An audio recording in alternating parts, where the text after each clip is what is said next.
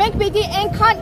մենք ենք արդեն մեղավոր։ Մենք ենք մեղավոր իր շարունակական հանցագործությունների համար, որովհետև երբ որ մենք չենք կանգնեցնում չարիքը, ինքը շարունակում է ահագնանալ։ Ու այսօր մեր կառավարությունը, մեր պետությունը ղեկավարում է մի մարդ, որը իր ամբողջ էությամբ, իր ամբողջ վարքով չարիք է, թե քրեական օրենսգրքով, թե բարոյական, թե աստվածային բոլոր օրենքներով։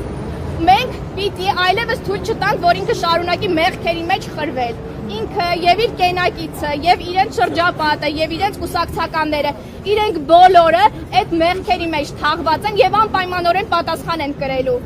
Այդ կեղծ հարցերը, որ ինքը այսօր բերում է օրակարգ, բացարձակ որևէ կապ չունի այն հարցերի հետ, որ ունի այսօր հանրությունը։ Հանրությունը այսօր ունի միայն մեկ պահանջ։ Նիկոլ Փաշինյանը անհապաղ պետք է հեռանա Հայաստանի Հանրապետության վարչապետի պաշտոնից եւ անհապաղ պետք է քրեական պատասխանատվության ենթարկվի իր գործած բոլոր հանցագործությունների համար հայ ժողովրդի դեմ։